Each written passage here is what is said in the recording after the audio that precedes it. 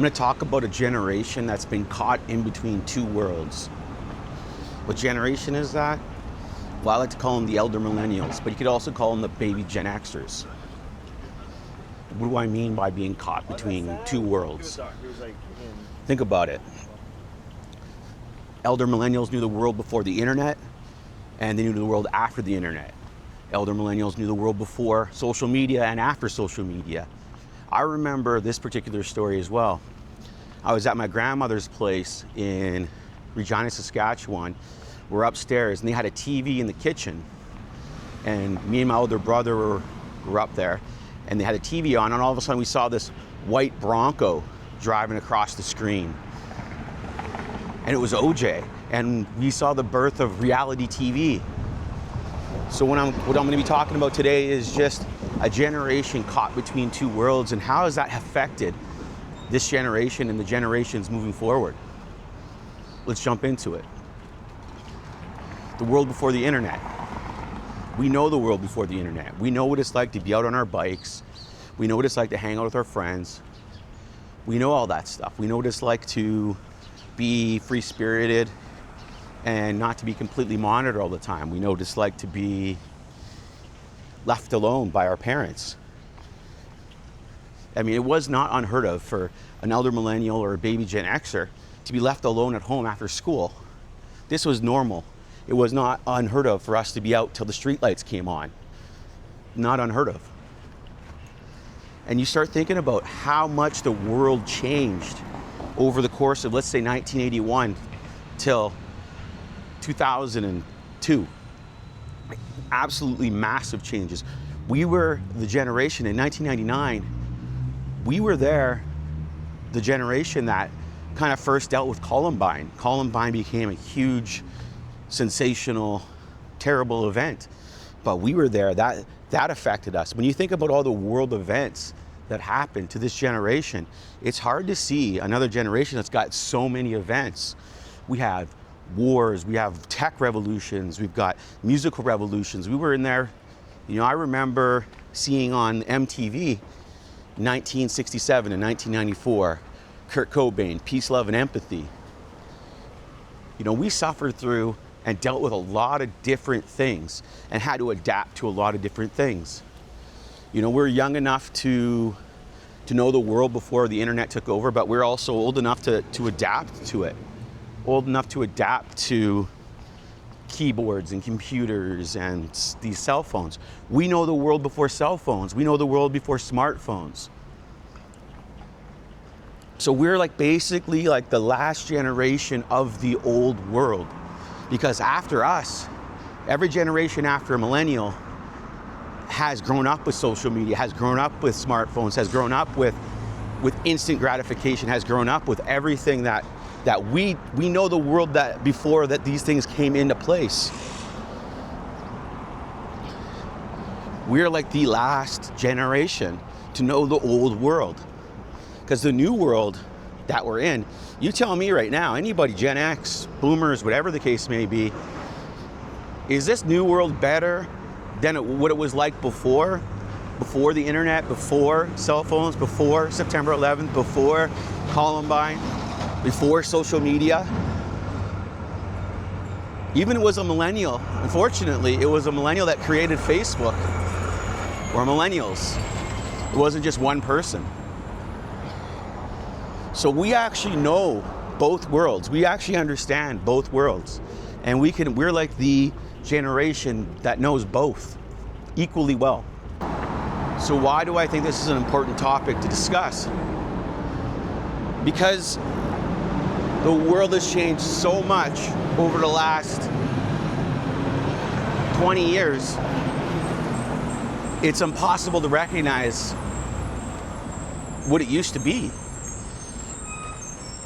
We've gone from hanging out in coffee shops and hanging out at the park and hanging out at friends' sports games, soccer matches, to just being on our phone all the time, to just checking Facebook updates. We've gone from the real world to the fake world so fast that nobody even remembers the old real world exists. Nobody remembers that life before 2000s was a completely different place. So we know and can talk to and discuss in depth these major changes. What else are some of the other major changes? Like, for example, we watched season 1 of Survivor. Think about that. We were there when Survivor kicked off. We are aware of the real world. So we watched the world go from making creative art and films and to just creating, crappy reality TV, which is very unreal, which is based on drama and the rise of the fake persona. We grew up, we know what it was like where people actually were valued for having a real persona. We went through all of these different changes. We've watched the world change so much over the course of 20 years that we might be, us Gen X, obviously the boomers, but we might be the youngest generation to remember the old world. Gen Xers are gonna remember, obviously, the old world, especially the baby ones. They're gonna be good enough they'll know enough to know the old world, but also to adapt.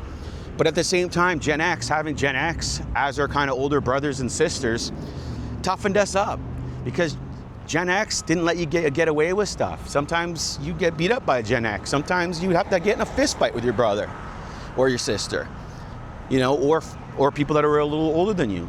And here's the thing, we were raised by boomers, okay? Boomers raised us. What does that mean?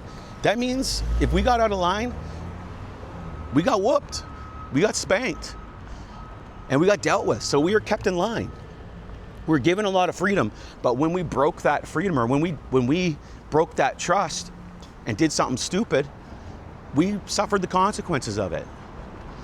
And in this new world, it seems like there's just no real consequences anymore. It's like, what happened to getting in trouble for things? And now, if you spank your kid now, you could literally go to jail, or you could have your kid taken away and put into, child services. And as a result now, so basically we were the last generation where parents still raised their kids. Sure, our parents weren't around all the time, but we weren't raised by a cell phone, because it seems to me like the new generation of parents are raising their kids by their cell phones and by the tablet and by the internet, and letting the state raise their kids. But it's wild, man. We knew the world where you had to go, if you wanted to really play a great video game, you went to the arcade, you went out, you did it. We know the world before Netflix. We know the world of Blockbuster, where you'd go out and you'd have to actually get a VHS tape, or you get a DVD. We know those worlds, we're a part of those worlds. What else? We know the world when, we know the world of cassette players, and we know the world of records. We know the analog world. We know the world where everything wasn't just at your fingertips, where you actually had to use your imagination to come up with things to do. It was a completely different world. We grew up in a more physical world, when I mean that you have to go out and do things. You couldn't just do everything at home on your computer, you couldn't do everything on your cell phone. We grew up where your parents couldn't really get a hold of you.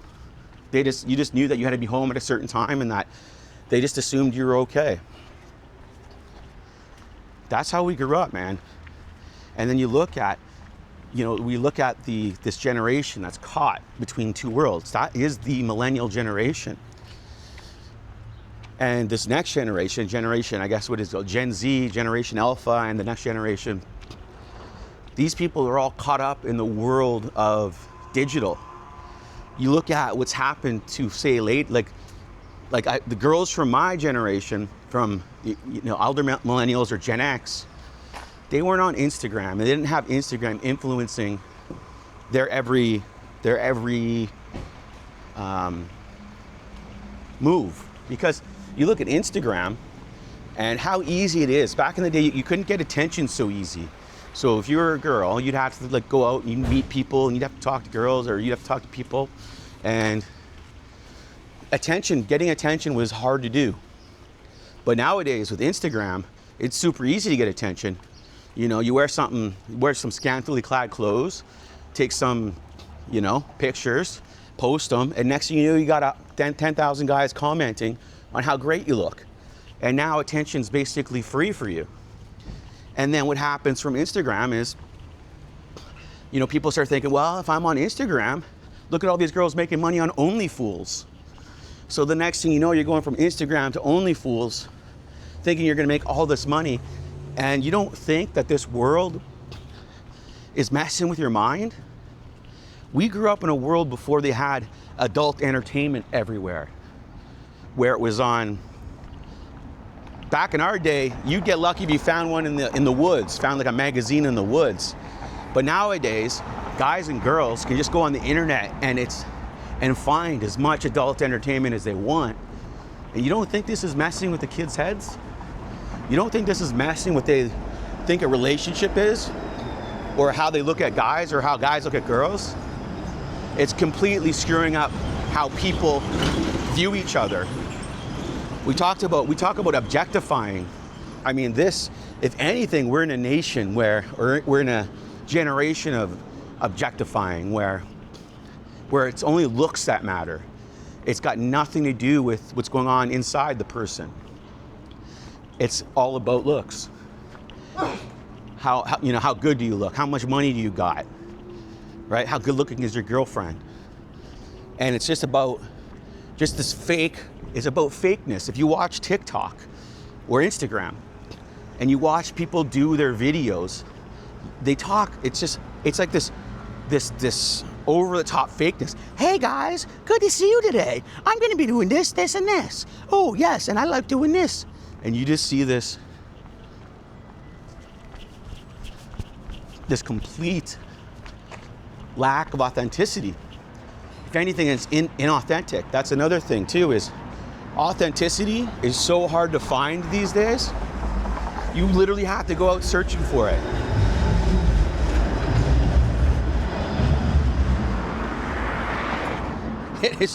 It's a wild scenario. Who would have thought that in the course of 20 years that kids wouldn't be going outside, that girls and guys wouldn't be seeing each other because they're too busy doing other things, where the cell phone has become the new boyfriend or the new girlfriend, where the cell phone is replaced. You don't think, listen guys, you don't think girls would not choose their cell phone over you? Of course they would. You think about how crazy and how much change has happened over the course of the last 20 years. We are in a brand new world. And here's the thing.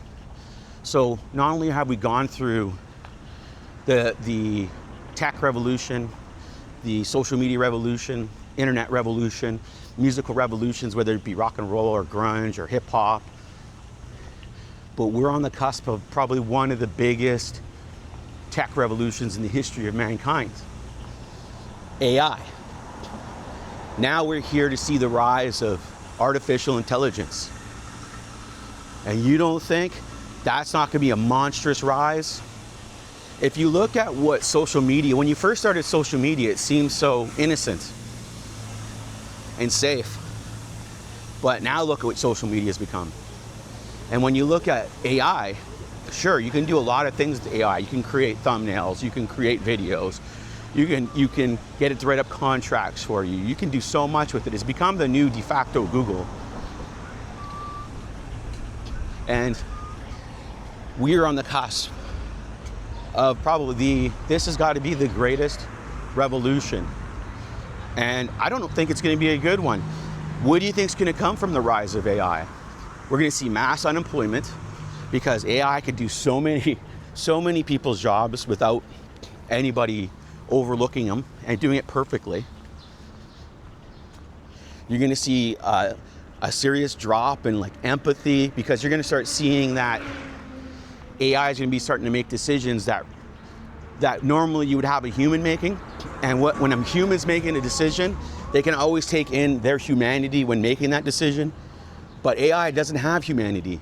All it is it's just programmed to think a certain way and do a certain thing, and they have objectives. They don't care about empathy. They don't care about what's going on for somebody's life. They don't care about somebody's circumstances. We're going to see a much colder generation, or we're going to see a much colder world where people just don't, well, not people, but where decisions are going to be made without considering a human touch, which is, in my opinion, a very dangerous place to be, that we're heading, a direction that we're heading in. So it's interesting to talk about, and when you talk to a millennial, understanding that they know all these old worlds and they're young enough to adapt to this new world. But the question is this new world, what is this new world going to give to us? Is this something that we should be concerned about? Do we need to start thinking about other ways, or what can we do? What can we do to slow down the rise of AI? Is there anything we can do? Let's go this way.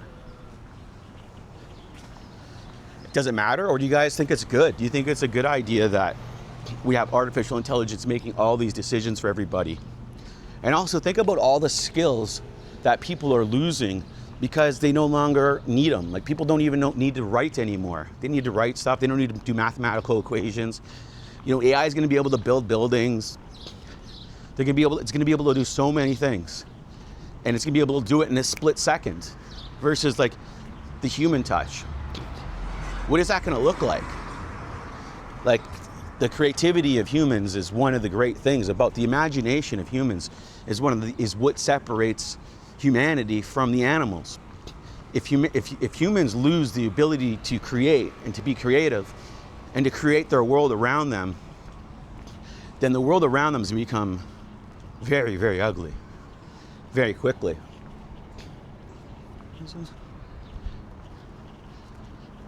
So I'm wondering, what are your thoughts on that? Do we think it's okay, the direction things are going in? Are there any solutions out there? How do we actually get back a little bit to nature, get back to coming up with our own ideas, get back to writing letters, or get back to actually writing with our hands and writing, you know, and learning the basics of life? Because once people aren't able to write, and they're not able to do the basics, and then all of a sudden, let's say they pull the tools away, and now all of a sudden you can't pull up AI and you can't pull up Google to start searching for information. Let's say all of a sudden they just take it away because they put a price on it that you can't afford. Then what are you going to do? If you can't write, if you can't think, if you can't find answers, if you're completely dependent on this technology, what are you going to do if they pull it away from you, and all of a sudden you can't use it? You don't think that's a possibility? We also know the world, back in the day, we'd leave artifacts. What does that mean? So like tapes, CDs, record players, books. You would leave paintings. Nowadays, all art's being done digitally. Not all, but a lot of it's being done digitally. And nothing gets left behind. So everything could be erased or rewritten, and nobody would have any way of knowing that it was rewritten or it was redone. You know, that's the other thing.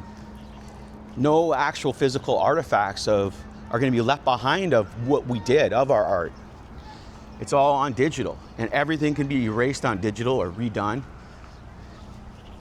You look at some of these AI videos that they're making of celebrities, and you can barely tell the difference between the real world and the fake world. Like, you really have to pay attention.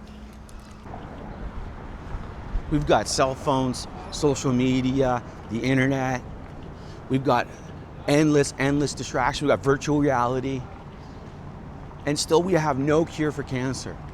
Somewhere along the way, our priorities got messed up.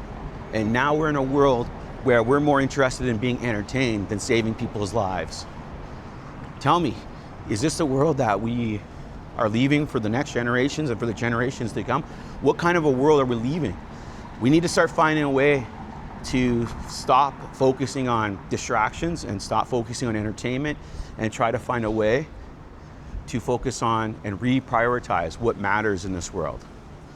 That's what I think needs to happen. But let me know your thoughts. Drop your thoughts in the comments and let me know.